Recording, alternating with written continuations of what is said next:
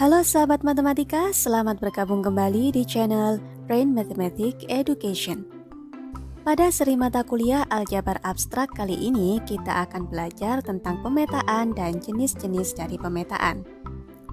Oke, sebelum kita masuk ke materi, bagi kalian yang belum mensubscribe channel ini, jangan lupa untuk klik tombol subscribe-nya ya. Terima kasih dan selamat belajar.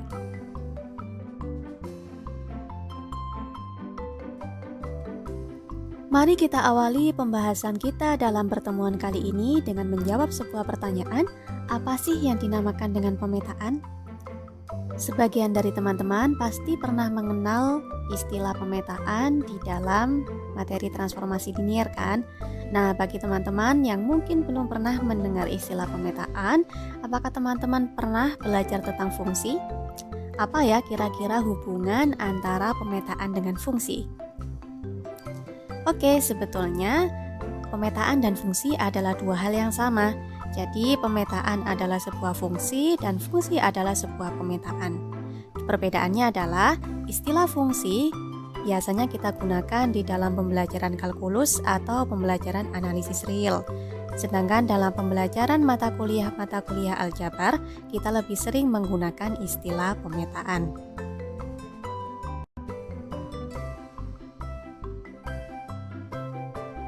Secara formal, pemetaan didefinisikan sebagai suatu relasi atau aturan yang mencoba untuk mengkorespondensikan atau mengawankan setiap elemen yang ada di dalam domain dengan tepat satu elemen yang ada di dalam kodomain. Pertanyaannya adalah, apa yang dinamakan dengan domain dan apa yang dinamakan dengan kodomain? Apa saja unsur-unsur yang ada di dalam sebuah pemetaan? Silakan teman-teman simak pembahasannya dalam slide selanjutnya. Pemetaan biasanya diilustrasikan dengan menggunakan diagram fungsi seperti ini ya teman-teman. Jadi ada dua buah himpunan, ada himpunan A sebagai himpunan daerah asal dan ada himpunan B sebagai himpunan daerah kawan. Nah, kemudian elemen-elemen yang ada di dalam A kita notasikan dengan X, kemudian elemen-elemen yang ada di dalam B kita notasikan dengan Y. Aturan yang mencoba untuk mengaitkan elemen-elemen di dalam A, dalam hal ini adalah X, dengan elemen-elemen yang ada di dalam B, dalam hal ini adalah Y, kita notasikan dengan simbol alfa. Nah, si alfa inilah yang kita sebut sebagai pemetaannya. Secara matematis, pemetaan alfa dinotasikan seperti ini ya cara membacanya. Alfa mencoba untuk memetakan elemen-elemen yang ada di dalam himpunan A ke elemen-elemen yang ada di dalam himpunan B. Satu elemen di dalam himpunan A kita notasikan dengan X akan dipetakan menjadi bentuk alfa X, di mana alfa X bernilai sama dengan Y. Silakan teman-teman perhatikan bentuk panah yang ada di atas dengan bentuk panah yang ada di bawah. Kalau misalkan kita menotasikan pemetaan dari himpunan ke himpunan, kita menggunakan panah yang tidak ada ekornya ya teman-teman. Sedangkan kalau misalkan kita ingin menotasikan elemen yang dipetakan ke elemen lain, kita menggunakan panah yang ada ekornya. Nah, silakan teman-teman perhatikan dan bedakan ketika menuliskannya di buku catatan. Oke, kita kembali pada diagramnya. Teman-teman tadi tahu ya, himpunan A di sini berkedudukan sebagai himpunan daerah asal. Nah, dalam matematika kita lebih mengenal si A ini dengan istilah domain. Kemudian untuk himpunan B di sini kita sebut tadi sebagai himpunan daerah kawan. Nah, dalam matematika, himpunan B dikenal dengan istilah kodomain. Elemen X yang ada di dalam himpunan A kita sebut sebagai pre-image, sedangkan elemen Y yang ada di dalam himpunan B kita sebut sebagai image. Si Y di sini berkedudukan sebagai hasil pemetaan dari X. Teman-teman perhatikan sekali lagi ya. Si Y di sini berkedudukan sebagai hasil pemetaan dari X. Nah, kemudian himpunan di dalam kodomain yang memuat elemen-elemen hasil pemetaan dari elemen-elemen yang ada di dalam domain, kita sebut dia sebagai range. Yang sering menjadi pertanyaan adalah, apakah seluruh elemen yang ada di dalam P dapat kita sebut atau kategorikan sebagai image? Jawabannya adalah tidak. Jadi, teman-teman harus berpatokan pada definisi dari image. Image itu adalah elemen-elemen di dalam kodomain yang berkedudukan sebagai elemen hasil pemetaan. Nah, kemudian elemen-elemen image ini bergabung menjadi satu, membentuk suatu himpunan baru. Himpunan baru ini kita sebut sebagai range. Ada kalanya dalam suatu kasus, range itu sama dengan kodomain, tapi di beberapa kasus yang lain, kedudukan range itu hanya sebagai himpunan bagian dari kodomainnya. Pertanyaan yang sering ditanyakan lagi adalah, apakah seluruh elemen yang ada di dalam himpunan A harus memiliki pasangan elemen yang ada di dalam himpunan B? Jawabannya adalah iya. Kalau misalkan ada satu saja elemen di dalam A yang tidak memiliki pasangan di dalam himpunan B, maka relasinya tidak bisa kita sebut sebagai sebuah pemetaan.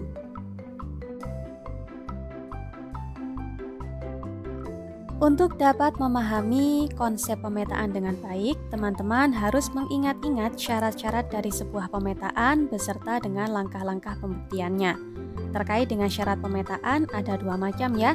Misalkan kita punya sebuah relasi dan relasinya kita notasikan dengan alfa.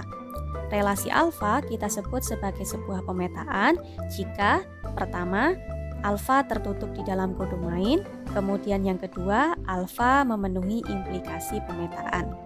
Apa yang dinamakan dengan istilah tertutup dan juga apa yang dinamakan dengan istilah memenuhi implikasi pemetaan, silakan teman-teman perhatikan dalam penjelasan slide selanjutnya.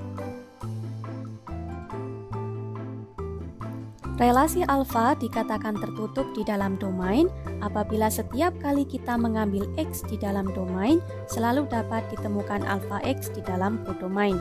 Atau dalam artian, untuk setiap X di dalam domain, nilai dari image-nya yaitu alfa X selalu terdefinisi atau termuat di dalam kodomainnya. Selanjutnya, relasi alfa dikatakan memenuhi implikasi pemetaan jika setiap kali kita mengambil dua buah elemen di dalam domain, anggaplah elemennya itu adalah X1 dan X2, akan selalu berlaku implikasi sebagai berikut. Bentuk dari implikasinya adalah, jika nilai dari X1 sama dengan nilai dari X2, maka akan berakibat nilai image dari X1 sama dengan nilai image dari X2 atau alfa X1 sama dengan alfa X2. Kita juga bisa menggunakan kontraposisinya. Kontraposisinya bentuknya seperti apa?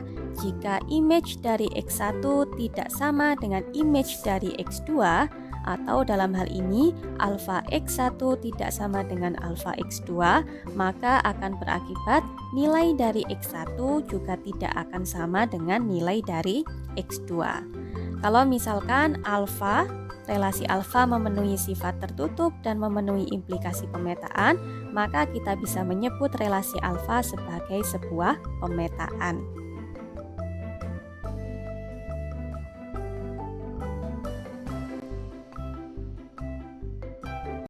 Oke teman-teman, untuk menambah pemahaman teman-teman terhadap konsep dari pemetaan, kita akan coba untuk mengerjakan contoh satu berikut ya. Nah, dalam contoh satu ini, teman-teman disuruh untuk memeriksa apakah relasi alfa yang diberikan di dalam soal tergolong jenis pemetaan atau tidak. Oke, di sini ada alfa.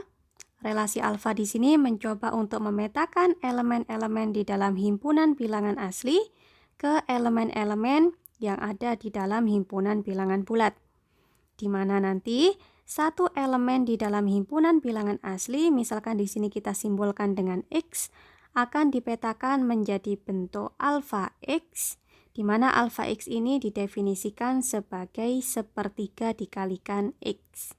Nah, sekarang kita tinjau langkah-langkah apa saja yang kita butuhkan untuk memeriksa atau memastikan apakah alfa di sini sebuah pemetaan atau tidak. Baik, sebagaimana penjelasan saya tadi, langkah yang harus kita lakukan ada dua macam ya. Yang pertama adalah kita harus memastikan apakah alfa di sini tertutup di dalam codomain. Kemudian langkah yang kedua adalah akan kita tinjau apakah alfa di sini memenuhi implikasi pemetaan. Baik, kita langsung masuk ke langkah yang pertama.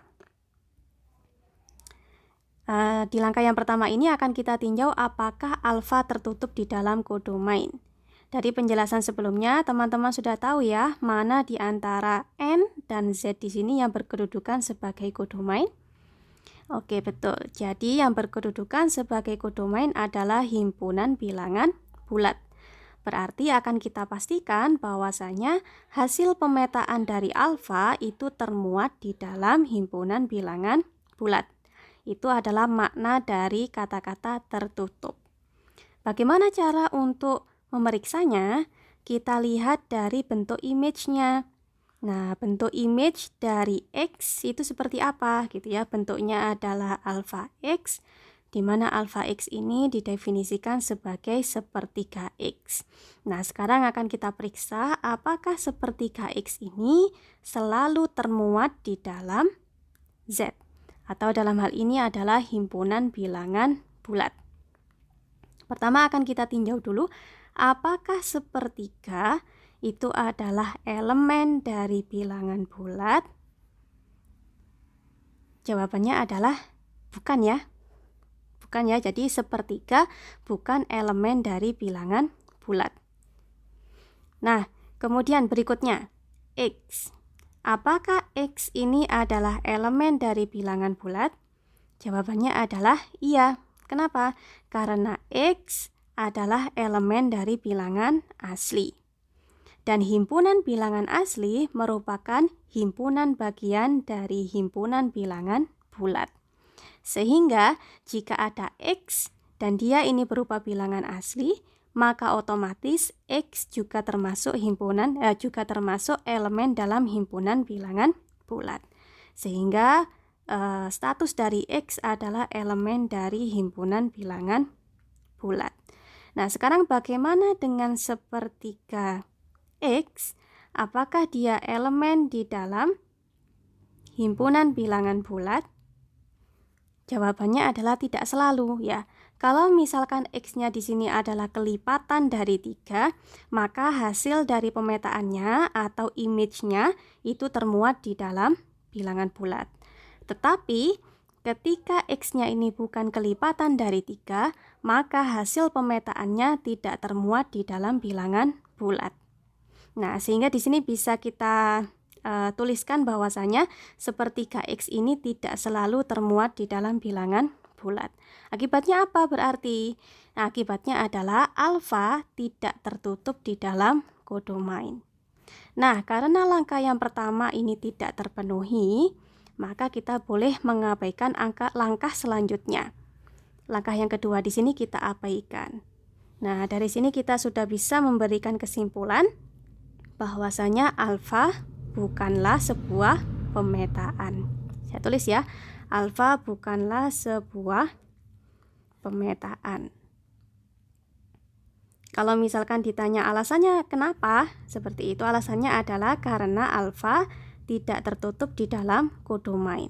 Dari hasil pemetaannya itu tidak selalu termuat di dalam himpunan bilangan bulat seperti itu.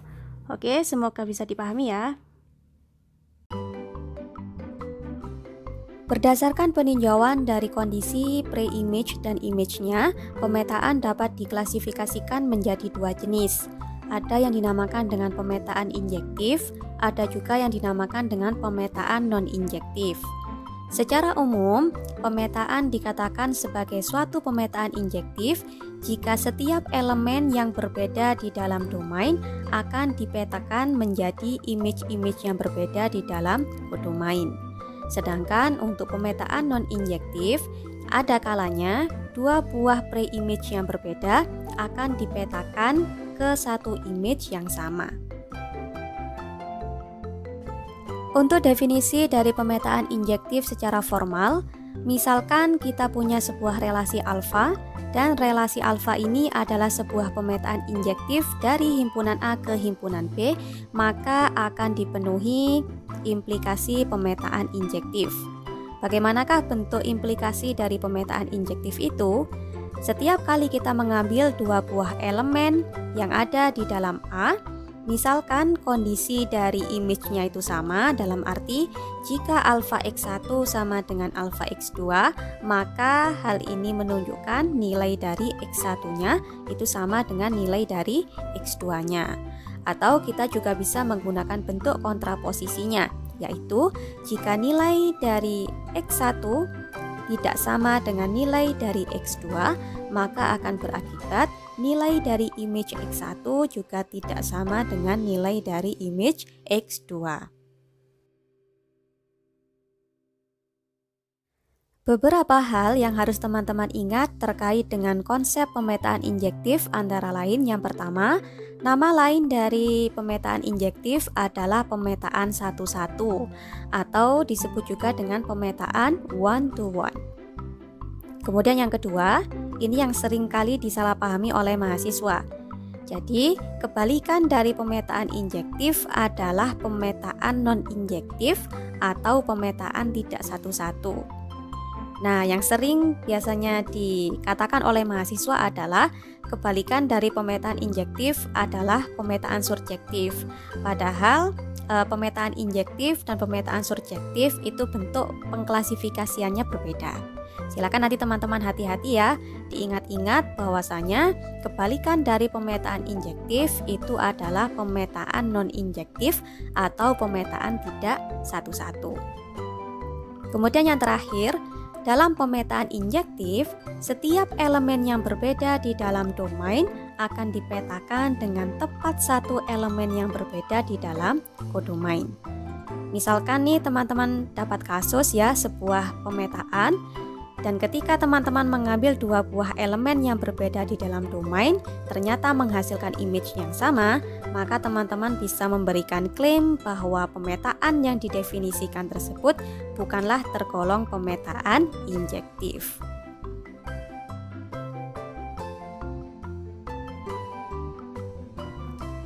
Misalkan teman-teman diberikan sebuah soal, di dalamnya didefinisikan sebuah relasi dan teman-teman disuruh untuk memeriksa apakah relasi tersebut tergolong pemetaan injektif atau tidak, maka setidaknya ada 3 langkah yang harus teman-teman lakukan. Yang pertama adalah teman-teman harus memeriksa apakah relasi yang didefinisikan di dalam soal tersebut tertutup di dalam kodomainnya. Kemudian langkah yang kedua, teman-teman harus memeriksa apakah relasi yang didefinisikan di dalam soal memenuhi implikasi pemetaan. Kalau misalkan langkah 1 dan langkah 2 yang terpenuhi, maka relasinya sudah tergolong pemetaan ya, tapi belum injektif. Nah, kita langsung masuk ke langkah yang berikutnya. Langkah yang berikutnya yang terakhir adalah teman-teman harus memeriksa apakah relasi yang diberikan di dalam soal memenuhi implikasi pemetaan injektif. Dalam hal ini teman-teman tidak boleh dibolak-balik ya langkahnya. Jadi diawali dulu dengan memeriksa ketertutupan, baru kemudian memeriksa keberlakuan dari implikasi pemetaan, selanjutnya baru membuktikan keberlakuan dari implikasi pemetaan injektif. Tidak boleh diawali dengan langkah 3 dulu, kemudian langkah yang kedua dan langkah yang pertama, tidak boleh seperti itu. Kemudian catatan lagi, misalkan dari langkah yang pertama saja tidak terpenuhi, maka apakah perlu dilakukan langkah yang kedua dan langkah yang ketiga? Jawabannya tidak. Kalau dari langkah 1 tidak terpenuhi, maka teman-teman sudah bisa memberikan klaim bahwa relasi yang didefinisikan itu bukan sebuah pemetaan, dan otomatis relasi tersebut bukan pemetaan injektif. Seperti itu ya. Baik teman-teman, agar mempermudah teman-teman dalam memahami konsep terkait dengan pemetaan injektif, coba kita kerjakan contoh 2 berikut ya. Di contoh 2 ini diberikan sebuah relasi alfa, di mana alfa di sini merupakan sebuah relasi yang mencoba untuk memetakan elemen-elemen di dalam himpunan bilangan asli ke elemen-elemen yang ada di dalam himpunan bilangan bulat. Satu buah elemen yang kita ambil dari himpunan bilangan asli akan kita petakan menjadi bentuk alfa X, di mana alfa X ini didefinisikan sebagai 7X plus 5. Nah, tugas dari kita adalah kita disuruh untuk memeriksa apakah alfa di sini berupa pemetaan injektif. Oke, berarti kira-kira ada berapa langkah ya yang harus kita lakukan? Jawabannya adalah ada 3 ya. Yang pertama kita harus memastikan alfa di sini tertutup di dalam kodomain. Kemudian yang kedua kita harus memastikan apakah alfanya di sini memenuhi implikasi pemetaan. Dan yang terakhir kita harus memastikan bahwasanya alfanya di sini memenuhi implikasi dari pemetaan injektif. Oke, kita langsung masuk pada langkah-langkahnya. Di langkah yang pertama, kita akan memeriksa apakah alfa tertutup di dalam kodomain. Oke, teman-teman sudah pasti tahu ya, kodomainnya adalah Z atau himpunan dari bilangan bulat. Nah, sebagaimana contoh pertama tadi, bagaimana cara untuk memastikan bahwasannya alfa itu benar-benar tertutup di dalam Z? Maka yang harus kita lakukan adalah memastikan bahwasannya image-nya itu selalu termuat di dalam himpunan bilangan bulat. Oke, kita tinjau satu persatu ya. Apakah 7 itu merupakan elemen dari bilangan bulat? Jawabannya adalah iya dong, gitu ya. Kemudian X. Apakah X ini merupakan elemen di dalam bilangan bulat? Jawabannya adalah iya.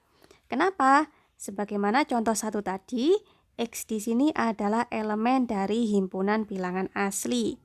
Karena himpunan bilangan asli merupakan himpunan bagian dari himpunan bilangan bulat, maka otomatis elemen-elemen yang ada di dalam bilangan asli termuat di dalam himpunan bilangan bulat.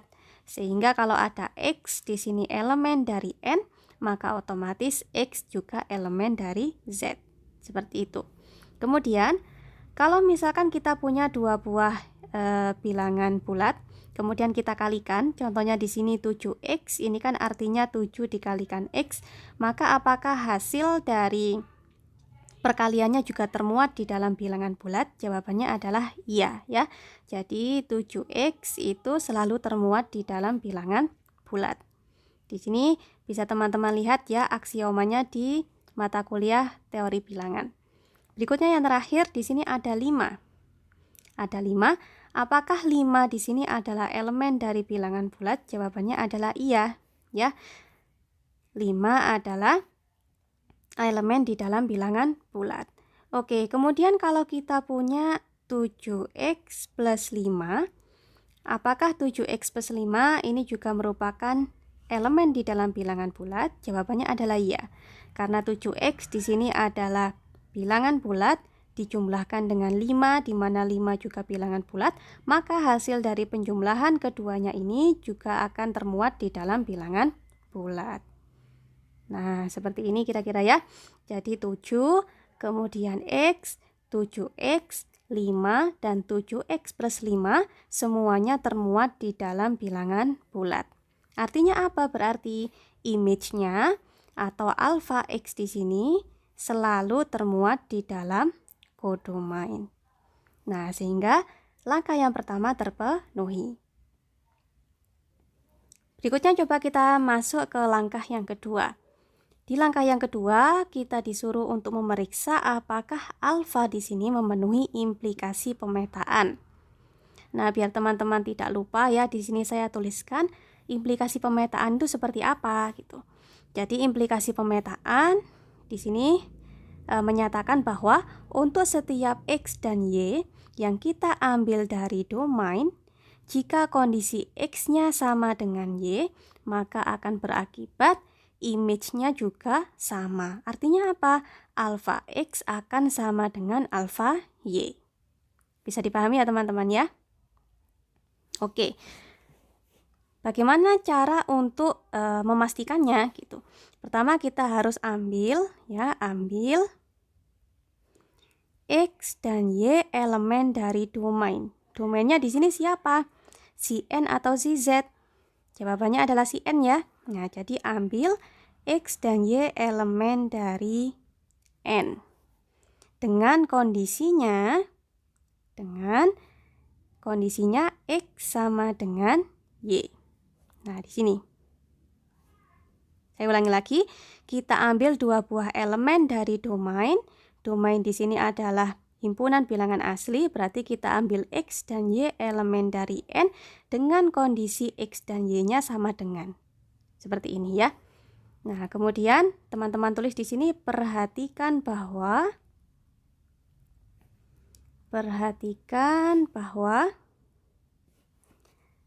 alfa X, definisinya seperti apa alfa X? 7X plus 5. Seperti ini. Dari mana dapat ini? Dari definisi awal ini ya. Dari definisi yang ini. Nah, kemudian tadi kita punya modal X-nya sama dengan Y. Berarti X di sini boleh dong ya saya ganti dengan Y. Sehingga 7X plus 5 itu sama dengan 7Y plus 5. Kalau teman-teman perhatikan, 7Y plus 5 itu tak lain adalah definisi dari alfa Y. Bisa dipahami ya?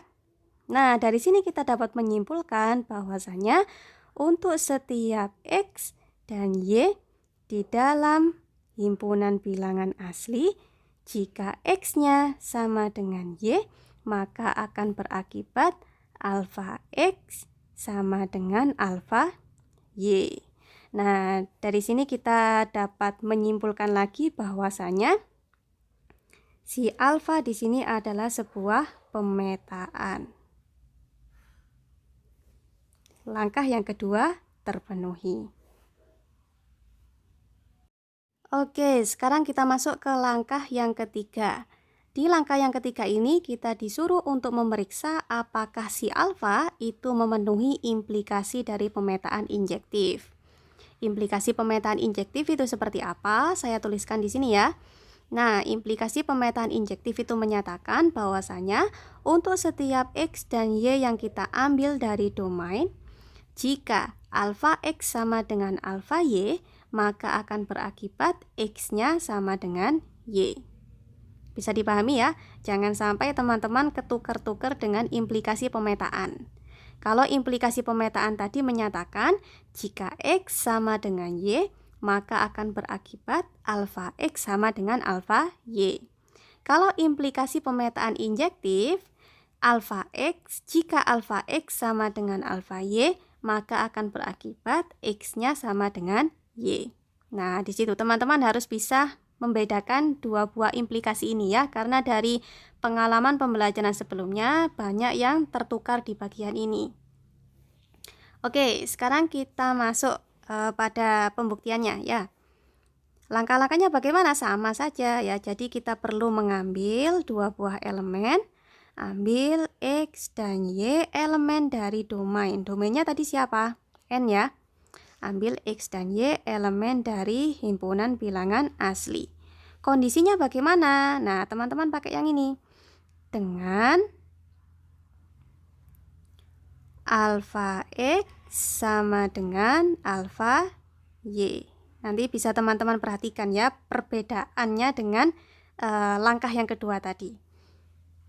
Seperti ini. Jadi kondisinya adalah image-nya sama. Gitu. Jadi alfa X, image dari X itu sama dengan image dari Y. Berikutnya teman-teman tulis, perhatikan bahwa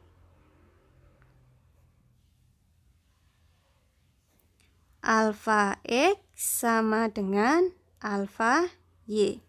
Tadi definisi alfa X seperti apa ya? Definisinya adalah 7X plus 5. Kemudian alfa Y definisinya seperti apa? Berarti definisi dari alfa Y adalah 7Y per 5. Nah, sekarang kita coba untuk mengurangi kedua ruas dengan 5. Saya tulis ya, di sini saya kurangi dengan 5, berarti seperti ini. Min 5 plus seperti ini ya. Kemudian di bagian sini juga saya jumlahkan dengan min 5. maka nanti kita akan memperoleh apa? 7X sama dengan 7Y. Dari baris yang kedua ke baris yang ketiga jelas ya teman-teman. Jadi intinya saya ingin mengeliminasi angka 5 di kedua ruas. Nah, oleh karena itu di kedua ruas saya tambahkan dengan minus 5. Sehingga nanti 5 yang ada di kedua ruas ini bisa hilang. Seperti itu. Sisanya adalah 7X sama dengan 7Y. Nah, sekarang untuk memastikan bahwa X-nya itu sama dengan Y, maka apa yang harus saya lakukan? Kedua ruas harus saya kalikan dengan 1/7. Maka di sini saya kalikan dengan 1/7.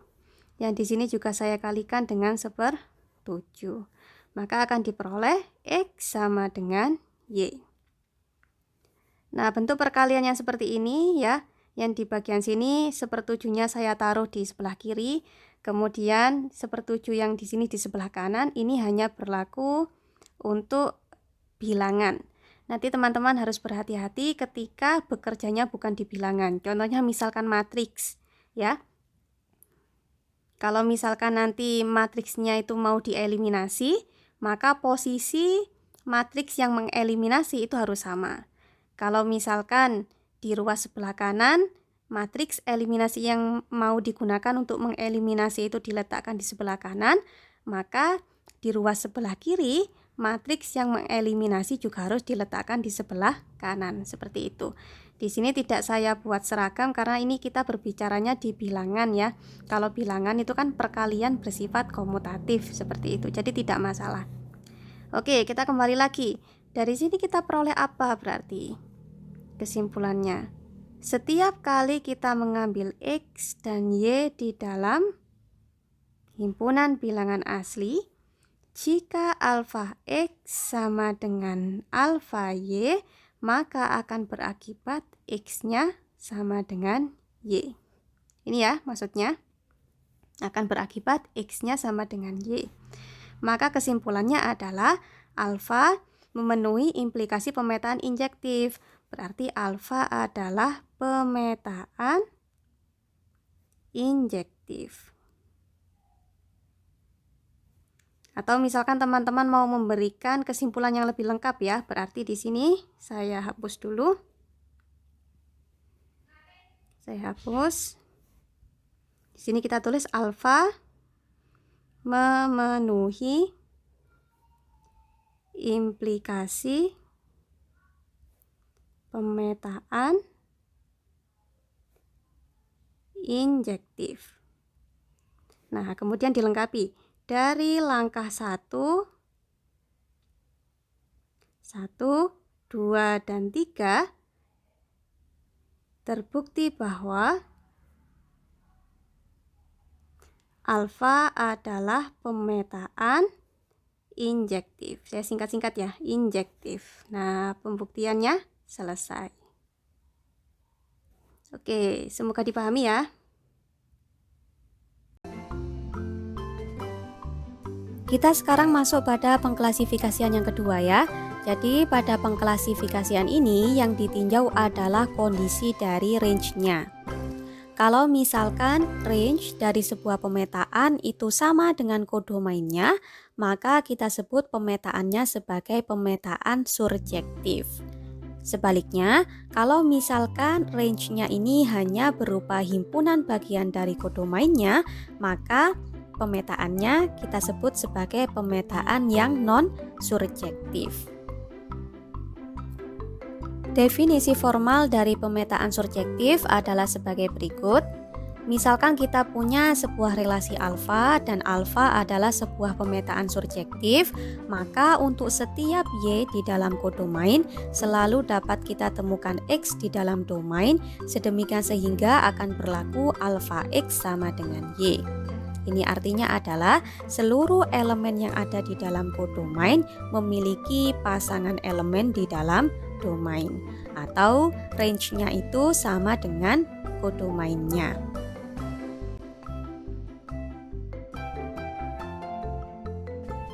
Hal-hal apa saja yang harus teman-teman ingat dari konsep pemetaan surjektif? Yang pertama, nama lain dari pemetaan surjektif adalah pemetaan onto. Kemudian yang kedua, kebalikan dari pemetaan surjektif adalah pemetaan non-surjektif atau kita sebut sebagai pemetaan into. Jadi saya tegaskan sekali lagi, kebalikan dari pemetaan surjektif bukan pemetaan injektif ya. Itu silakan nanti diingat-ingat. Yang terakhir, dalam pemetaan onto atau pemetaan surjektif, range dari pemetaannya berupa kodomainnya. Sedangkan dalam pemetaan into, range dari pemetaannya berupa himpunan bagian dari kodomainnya.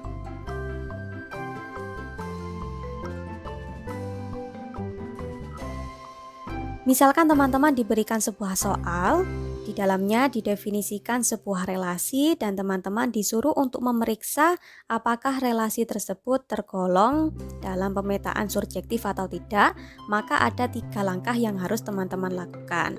Yang pertama, harus teman-teman pastikan terlebih dahulu bahwa relasi yang didefinisikan di dalam soal itu bersifat tertutup di dalam kodomain. Kemudian yang kedua, harus teman-teman pastikan juga bahwasanya relasi yang didefinisikan di dalam soal itu memenuhi implikasi pemetaan.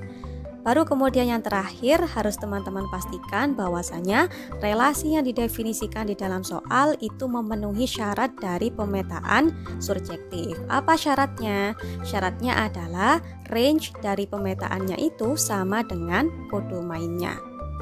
Nah, kalau misalkan relasi yang didefinisikan dalam soal itu memenuhi 3 langkah tadi, maka teman-teman bisa memberikan klaim bahwa relasi tersebut termasuk dalam pemetaan surjektif. Dalam hal membuktikan ini langkah-langkahnya harus urut ya.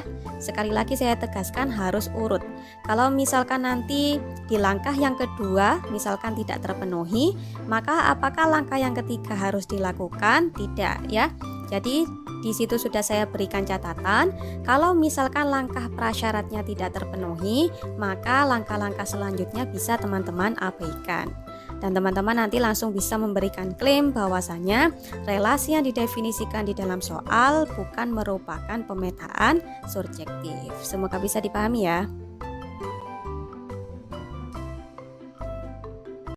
Oke teman-teman, kita masuk pada contoh yang ketiga ya. Di contoh yang ketiga ini kita akan belajar tentang cara membuktikan apakah suatu relasi tergolong dalam suatu pemetaan surjektif atau tidak. Oke, pada soal ini diberikan sebuah relasi alfa, di mana relasi alfa ini mencoba untuk memetakan elemen-elemen yang ada di dalam bilangan real ke elemen-elemen yang ada di dalam bilangan real sendiri. Satu elemen di dalam bilangan real, misalkan saya simbolkan dengan X, akan dipetakan menjadi bentuk alfa X, di mana alfa X ini didefinisikan sebagai 7/9 ditambah 3/5 X kuadrat. Nah, tugas kita adalah untuk memeriksa apakah si alfa ini tergolong pemetaan surjektif atau tidak. Berarti ada 3 macam langkah ya. Yang pertama, harus kita pastikan bahwasanya alfanya ini tertutup di dalam kodomain, kemudian alfa memenuhi implikasi pemetaan, dan yang terakhir alfa memenuhi syarat dari pemetaan surjektif. Di langkah yang pertama, kita akan memeriksa apakah alfa tertutup di dalam kodomain. Oke, kodomain dalam hal ini adalah yang ini ya. Jadi kodomainnya adalah himpunan bilangan real. Oke, cara memastikannya seperti yang tadi, kita lihat bentuk image-nya. Kita mulai dari 7/9, apakah 7/9 ini elemen dari bilangan real? Pasti ya. Kita lanjut ke 3/5. Apakah 3/5 ini adalah elemen dari bilangan real? Jawabannya adalah iya. Kemudian kita beralih ke X. Apakah X ini adalah elemen dari bilangan real? Di sini sudah dijamin ya, X-nya adalah elemen dari bilangan real. Kemudian bagaimana dengan X kuadrat? Apakah dia termasuk dalam elemen di dalam bilangan real? Jawabannya adalah iya, karena X kuadrat itu kan perkalian dari X dengan X sendiri kan? Bilangan, kalau misalkan kita punya bilangan real dikalikan dengan bilangan real, maka hasil dari perkaliannya itu juga selalu termuat di dalam bilangan real, sehingga X kuadrat ini termuat di dalam bilangan real. Berikutnya, bagaimana dengan 3/5 X kuadrat? Apakah tergolong dalam bilangan real atau bukan? Jawabannya pasti ya. Alasannya sama seperti tadi, gara-gara di sini perkalian dari 3 buah bilangan real, maka hasilnya nanti juga pasti berupa bilangan real lagi. Berikutnya, kalau misalkan kita punya 7/9 dijumlahkan dengan 3/5 X kuadrat, apakah hasil penjumlahan seperti ini juga tergolong dalam bilangan real? Jawabannya adalah iya. Karena hasil penjumlahan dari dua buah bilangan real akan selalu termuat di dalam bilangan real. Sehingga di sini kita peroleh 7/9, 3/5, X kuadrat, 3/5 X kuadrat, dan 7/9 plus 3/5 X kuadrat semuanya adalah elemen dari bilangan real. Artinya apa berarti? Image-nya selalu termuat di dalam codomain. Artinya adalah alfa tertutup di dalam codomain. Sehingga syarat yang pertama sudah terpenuhi. Berikutnya kita masuk pada langkah yang kedua. Di langkah yang kedua ini kita akan memeriksa apakah si alfa itu memenuhi implikasi pemetaan. Nah, biar teman-teman nanti semakin hafal gitu ya, implikasi pemetaan itu seperti apa, saya tuliskan lagi. Jadi implikasi pemetaan itu menyatakan bahwa setiap kali kita mengambil X dan Y di dalam domainnya, jika kondisi dari X itu sama dengan Y, maka akan berakibat image dari X akan sama dengan image dari Y. Atau dalam hal ini adalah alfa X akan bernilai sama dengan alfa Y. Oke, sebagaimana yang tadi ya, kita ambil dua buah elemen di dalam domain. Domainnya adalah R, berarti ambil X dan Y, elemen dari bilangan real, dengan kondisinya X sama dengan Y. Kita pilih seperti ini. Nah, kemudian teman-teman tuliskan, perhatikan bahwa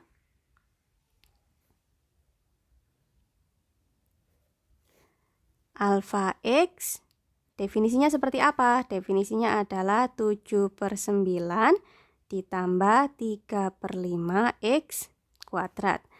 Tadi kita punya modal X sama dengan Y. Artinya apa berarti? Kita boleh mengganti X di sini dengan Y.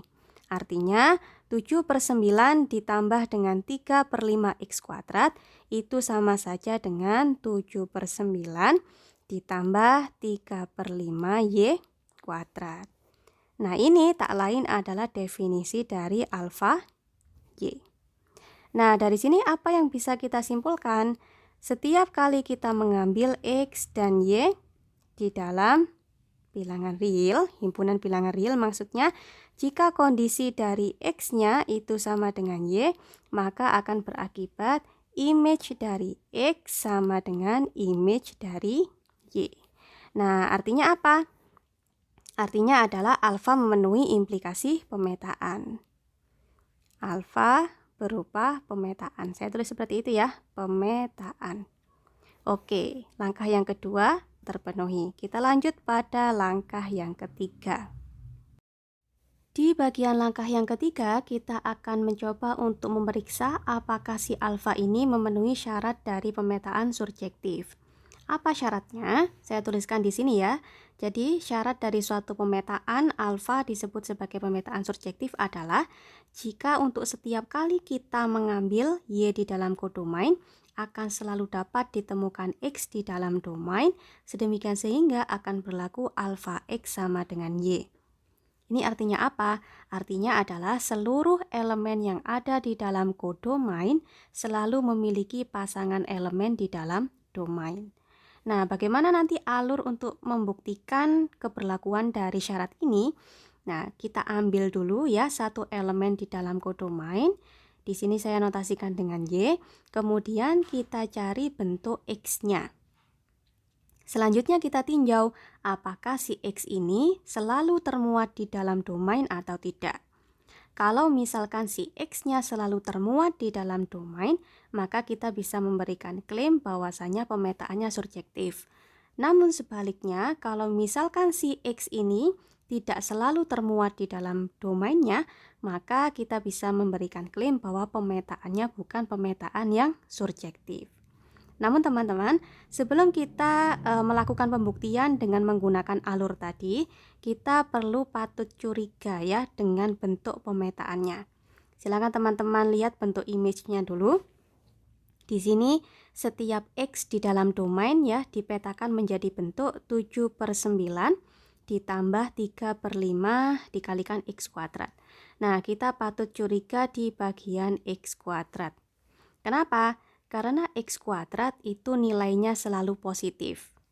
3/5 di sini juga positif ya, sehingga nanti hasil perkalian dari 3/5 dengan X kuadrat itu mesti positif.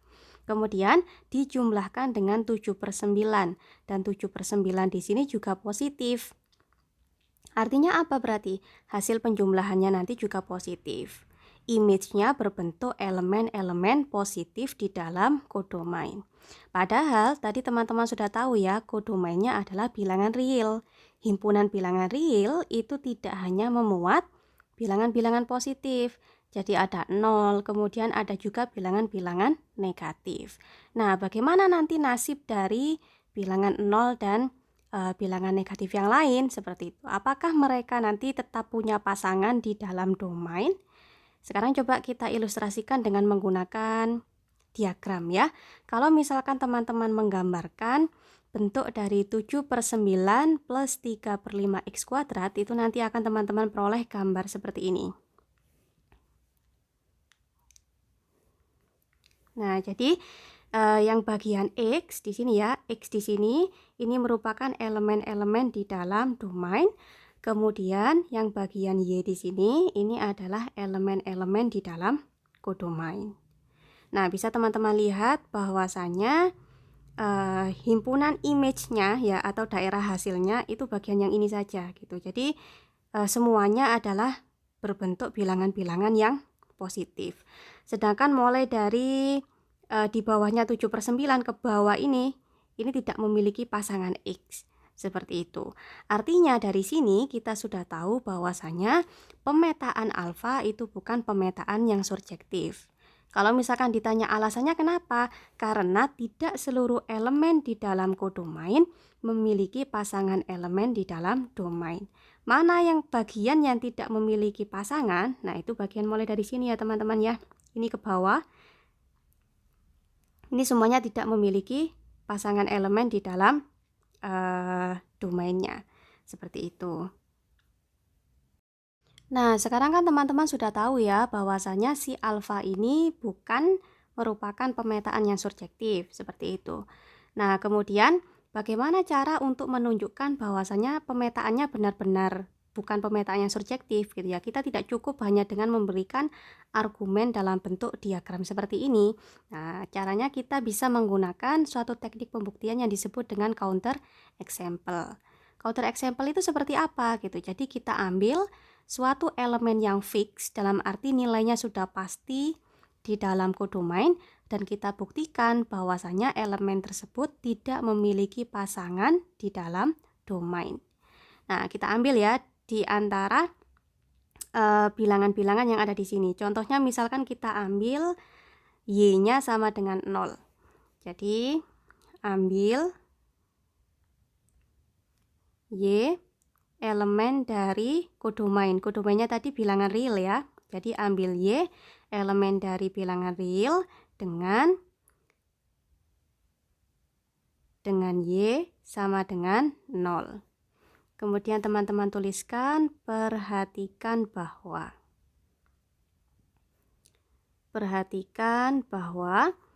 Y itu kan bentuknya adalah 7/9 ditambah 3/5 X kuadrat. Seperti ini ya. Kemudian Y-nya tadi sama dengan 0. Nah, berarti 0 sama dengan 7/9 ditambah 3/5 X kuadrat. Saya ingin mencari bentuk X kuadratnya. Maksud saya bentuk X-nya, seperti itu ya. Maka apa yang bisa teman-teman lakukan? Nah, yang kita lakukan adalah kita menjumlahkan ya persamaan yang ada di ruas kanan dan yang ada di ruas kiri dengan minus 7/9. Kita peroleh bentuk seperti ini kan. Di sini minus 7/9. Kemudian yang di bagian sini, karena ada minus 7/9 ditambah dengan 7/9, maka kan hasilnya 0. Nah, di sini berarti tinggal 3/5 X kuadrat. Oke, sekarang kita coba untuk menghilangkan 3/5-nya. Nah, caranya bagaimana? Berarti kedua ruas kita kalikan dengan 5/3. Oke, yang di sebelah sini kita peroleh berapa? Minus 35 gitu ya, per 27. Kemudian yang di sebelah sini kita memperoleh X kuadrat. Nah, sekarang kita cari bentuk X-nya. Perhatikan, saya balik nggak apa-apa ya, seperti ini maksudnya. X itu berarti sama dengan akar dari minus 35/27. Nah, sekarang pertanyaan dari saya, apakah minus akar dari minus 35/27 adalah elemen di dalam bilangan real? Jawabannya tidak ya. Jadi, syarat agar operasi akar itu hasilnya termuat di dalam bilangan real, maka yang di dalam akar itu bentuknya harus bilangan positif. Nah, di sini bilangannya negatif. Berarti X-nya ini tidak termuat di dalam domainnya. Seperti itu. Domainnya itu siapa? R sendiri. Nah, artinya apa berarti? Terdapat elemen di dalam kodomain yang tidak memiliki pasangan elemen di dalam domain. Contohnya siapa? 0. 0 tidak memiliki pasangan elemen di dalam domain. Seperti itu. Sehingga kesimpulannya apa berarti? Kesimpulannya si alfa ini bukan pemetaan surjektif. Nah, seperti ini ya pembuktiannya. Selesai. Oke, saya ulang sekali lagi ya. Kenapa alfa bukan merupakan pemetaan surjektif?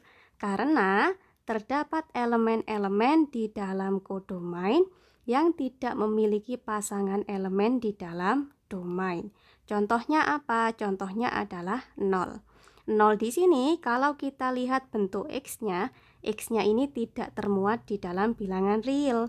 Berarti 0 tidak memiliki pasangan elemen di dalam domain.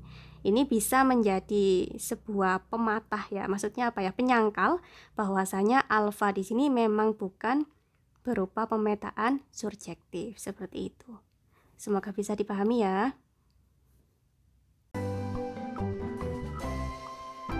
Baik teman-teman, sekarang kita masuk pada jenis pemetaan yang terakhir. Ada pemetaan yang kita sebut sebagai pemetaan bijektif. Nah, apa definisi dari pemetaan bijektif? Misalkan kita punya sebuah relasi alfa, dan alfa di sini adalah sebuah pemetaan bijektif, maka alfa di sini adalah pemetaan injektif sekaligus pemetaan surjektif. Jadi bisa teman-teman bayangkan ya, kira-kira ada berapa langkah ya kalau misalkan kita ingin membuktikan suatu relasi tergolong pemetaan bijektif atau tidak. Betul sekali, jadi ada 4 langkah yang harus kita lakukan dalam memeriksa apakah suatu relasi tergolong pemetaan bijektif atau tidak. Langkah yang pertama, harus kita pastikan bahwasanya relasi yang diberikan tertutup di dalam kodomain. Kemudian langkah yang kedua, harus kita pastikan bahwa relasi yang diberikan memenuhi implikasi pemetaan. Langkah yang ketiga, harus kita pastikan bahwasanya relasi yang diberikan itu memenuhi implikasi pemetaan injektif. Dan yang terakhir, harus kita pastikan bahwasanya relasi yang diberikan itu memenuhi syarat-syarat dari pemetaan surjektif. Atau dalam hal ini adalah range-nya itu harus sama dengan kodomainnya. Nah, antara langkah yang ketiga dengan langkah yang keempat itu bisa teman-teman bolak-balik. Jadi boleh mengerjakan memeriksa injektifnya dulu boleh, atau memeriksa surjektifnya dulu juga boleh. Seperti itu ya. Untuk langkah 1 dan langkah yang kedua tidak boleh dibolak-balik. Yang boleh cuma langkah 3 dan langkah keempat saja.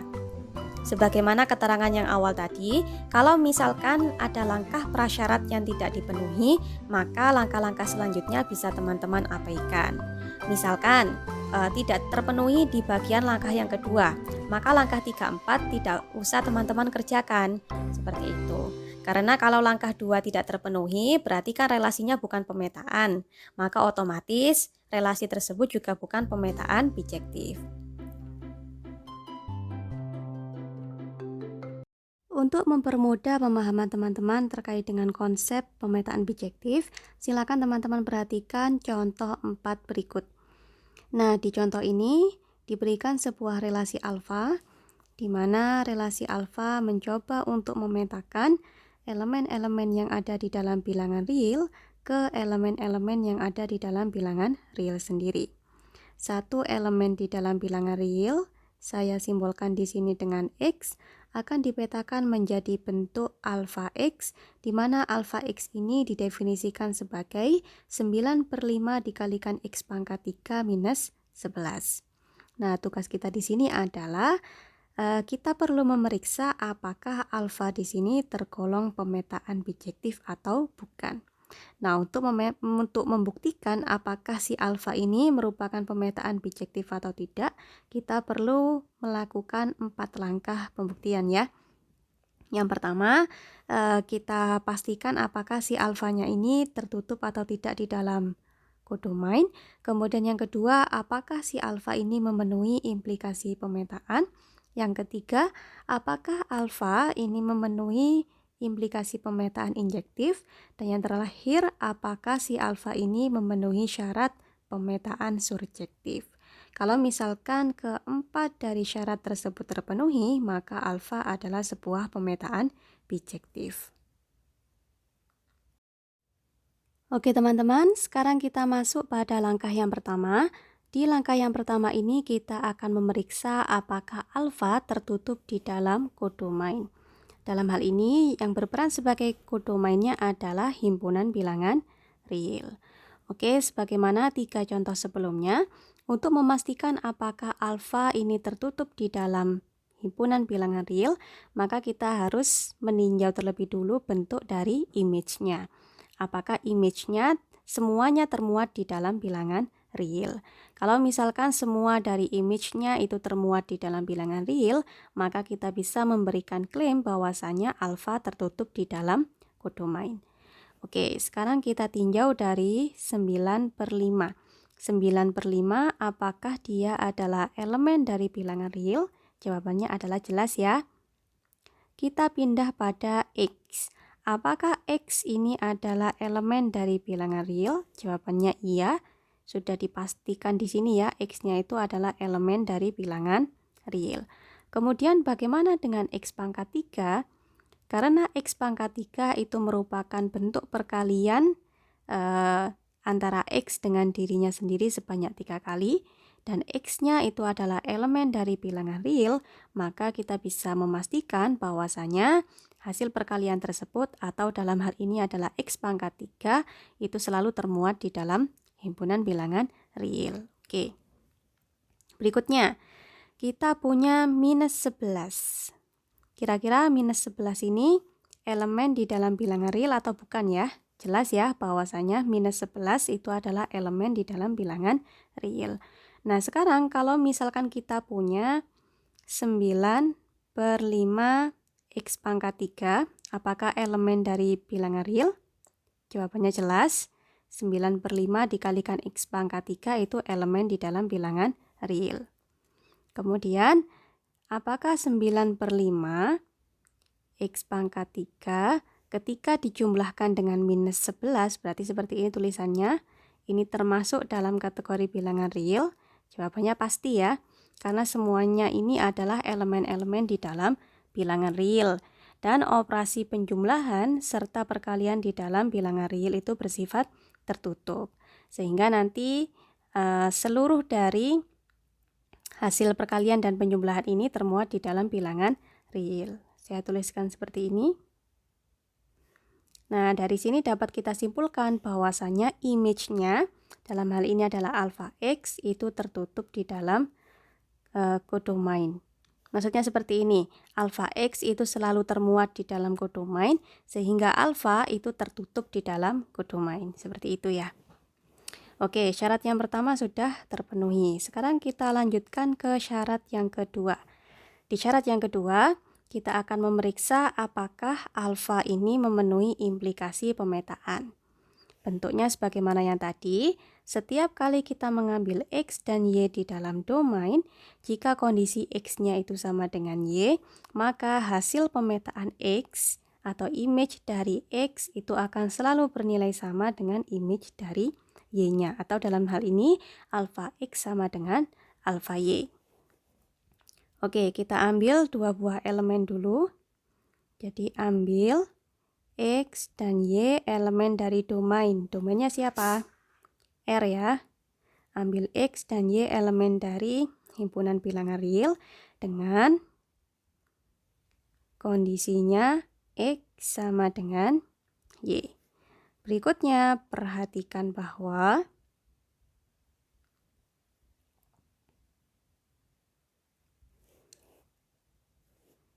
alfa X definisinya adalah 9/5 X pangkat 3 minus 11. Kita tadi punya modal X-nya sama dengan Y. Maka X pangkat 3 di sini boleh saya ganti menjadi Y pangkat 3. Atau 9/5 dikalikan X pangkat 3 minus 11 bisa digantikan menjadi 9/5 dikalikan Y pangkat 3 minus 11. Dan ini tak lain adalah definisi dari alfa Y. Nah, dari sini kita mendapatkan sebuah kesimpulan bahwasanya setiap kali kita mengambil X dan Y di dalam himpunan bilangan real, jika kondisi X-nya itu sama dengan Y, maka akan selalu diperoleh alfa X sama dengan alfa Y. Oke, kesimpulan yang lain apa berarti? Alfanya ini berupa pemetaan. Nah, langkah atau syarat yang kedua terpenuhi juga. Oke, kita masuk pada langkah yang ketiga. Di langkah yang ketiga ini kita akan memeriksa apakah alfa memenuhi implikasi dari pemetaan injektif. Bentuk implikasinya seperti apa? Setiap kali kita mengambil X dan Y di dalam domain, jika kondisi dari alfa X itu sama dengan alfa Y, atau image dari X itu sama dengan image dari Y, maka akan selalu berakibat nilai dari X-nya itu sama dengan nilai dari Y. Seperti ini. Apa yang harus kita lakukan? Kita ambil dua buah elemen di dalam domain. Tadi domainnya siapa? Domainnya adalah himpunan bilangan real ya, berarti ambil X dan Y elemen dari bilangan real dengan kondisinya seperti apa? Alfa X sama dengan alfa Y. Seperti ini. Kemudian perhatikan bahwa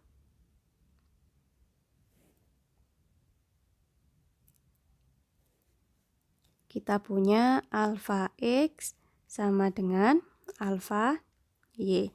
Tadi alfa X definisinya seperti apa? Definisinya saya lihat sebentar ya. Nah, definisinya adalah 9/5 X pangkat 3 minus 11. Oke. 9/5 X pangkat 3 minus 11. Yang di ruas sebelah kanan alfa Y berarti definisinya adalah 9/5 Y pangkat 3 minus 11. Oke, berikutnya adalah saya ingin menghilangkan minus 11. Maka apa yang harus saya lakukan? Masing-masing dari kedua ruas kita jumlahkan dengan 11 ya. Jadi di ruas sebelah kiri kita jumlahkan dengan 11, begitu juga dengan yang di sebelah kanan. Sehingga nanti akan kita peroleh 9/5 X pangkat 3 sama dengan 9/5 Y pangkat 3. Ini biar teman-teman tidak bingung, di sini saya tulis seperti ini ya, dijumlahkan dengan 11, kemudian di sebelah sini juga dijumlahkan dengan 11. Nah, selanjutnya saya ingin menghilangkan 9/5-nya. Apa yang harus saya lakukan? Nah, kedua ruas kita kalikan dengan 5/9. Yang sebelah sini saya kalikan dengan 5/9. Begitu juga dengan yang di ruas sebelah kanan, saya kalikan dengan 5/9. Nah, sekarang saya punya X3 itu sama dengan Y pangkat 3. Nah, sekarang saya ingin dari bentuk X3 ini menjadi X, seperti itu saja. Kemudian yang Y pangkat 3 menjadi Y. Maka apa yang harus saya lakukan? Nah, kedua ruas ini kita akarkan 3 ya. Berarti di sini kita akarkan 3 seperti ini. Begitu juga di ruas yang sebelah kanan. Nah, dari sini karena di sini perpangkatannya ganjil ya. X pangkat 3 kemudian diakarkan 3, berarti di sini akan diperoleh X yang tunggal. Begitu juga dengan Y. Y pangkat 3 ketika diakarkan 3 maka akan diperoleh Y yang tunggal. Akan berbeda ceritanya kalau misalkan pangkatnya itu genap. Seperti X kuadrat gitu ya. X kuadrat kalau diakarkan maka ada kemungkinan dua jawaban gitu. Ada kemungkinan nilainya X dan minus X. Nah, karena di sini ganjil dan di X pangkat 3 diakarkan dengan 3 sendiri gitu ya, maka nanti nilainya tunggal seperti itu. Sehingga kita peroleh di sini X-nya sama dengan Y. Nah, di sini kita simpulkan bahwa setiap kali kita mengambil X dan Y di dalam R, jika kondisi dari alfa X itu sama dengan alfa Y, maka akan berakibat X-nya itu sama dengan Y. Nah, kesimpulannya lagi, alfa adalah sebuah pemetaan injektif. Oke, langkah yang ketiga terpenuhi ya. Sekarang kita lanjut pada langkah yang keempat. Di langkah yang keempat ini kita akan memeriksa apakah alfa memenuhi syarat dari pemetaan surjektif. Syaratnya seperti apa?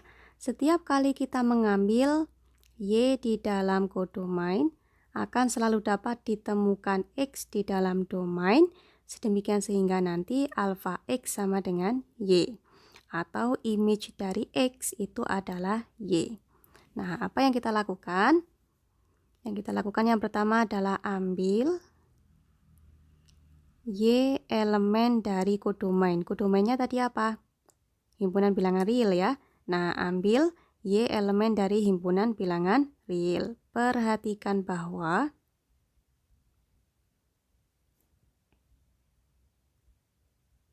kita punya bentuk Y-nya sama dengan 9/5 X pangkat 3 minus 11. Nah, sekarang tugas kita adalah mencari bentuk Y-nya. Mencari bentuk X-nya. Seperti itu. Kemudian setelah nanti bentuk X-nya itu ketahuan, kita tinjau apakah X selalu termuat di dalam domain. Kalau misalkan si X ini selalu termuat di dalam domain, maka pemetaannya surjektif. Kalau misalkan nanti bentuk X-nya itu tidak selalu termuat di dalam domain, maka nanti kita bisa memberikan klaim bahwa pemetaannya bukan surjektif. Nah, sekarang apa yang harus kita lakukan agar kita menemukan X-nya? Oke, yang pertama kali adalah kita hilangkan dulu minus 11 yang ada di ruas sebelah kanan ya. Caranya adalah berarti kedua ruas kita jumlahkan dengan 11. Jadi nanti kita akan punya Y plus 11 sama dengan 9/5 X pangkat 3. Kemudian ditambahkan 0 ya, karena di sini ada minus 11 dijumlahkan dengan 11 hasilnya nanti 0. Oke, berikutnya adalah kita ingin menghilangkan 9/5. Maka nanti kedua ruas kita kalikan dengan 5/9 ya. Sehingga nanti kita peroleh di ruas yang sebelah kiri bentuknya 5 dikalikan Y plus 11. Seperti ini ya. Nah, kemudian yang di ruas sebelah kanan karena ada 9/5 dikalikan dengan 5/9, maka nanti akan jadi 1 gitu ya, sehingga yang tersisa di sini adalah X pangkat 3. Oke, sekarang saya balik nggak apa-apa ya. Saya ingin mencari bentuk X-nya. Nah, agar X pangkat 3 ini menjadi bentuk X, maka X pangkat 3 harus saya akarkan dengan 3. Seperti itu, sehingga nanti kita akan memperoleh X itu sama dengan akar 3 dari 5/9 dikalikan Y plus 11. Nah, seperti ini. Oke, sekarang kita tinjau ya. Sekarang kita tinjau apakah bentuk seperti ini selalu termuat di dalam domain. Apakah X-nya ini selalu termuat di dalam bilangan real. Seperti itu maksudnya. Kita mulai dari angka-angka yang ada di dalam tanda akar dulu ya. Jadi 5/9. Apakah 5/9 ini elemen dari bilangan real? Jelas ya. Kemudian ada Y. Y di sini adalah elemen dari kodomain. Tadi kita tahu bahwa kodomainnya itu R. Nah, berarti jelas bahwa Y di sini adalah elemen dari bilangan real. Dijumlahkan dengan 11, apakah hasilnya tetap berupa bilangan real? Jelas tetap ya. Kemudian dikalikan dengan 5/9, apakah nanti hasilnya adalah bilangan real? Tetap bilangan real. Nah, kemudian karena di sini akarnya itu adalah akar ganjil ya, bukan akar genap, maka kita boleh menaruh sembarang bilangan, baik itu positif ataupun negatif di dalam akarnya. Jadi beda cerita dengan yang contoh 3 tadi ya. Kalau yang contoh 3 tadi itu kan akar kuadrat.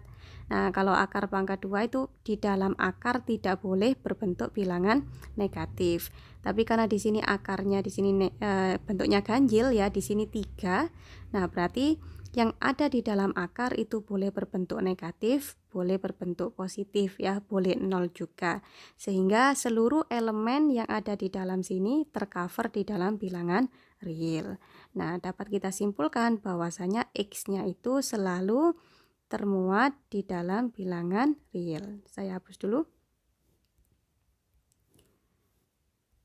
X-nya termuat di dalam bilangan real. Nah, seperti ini.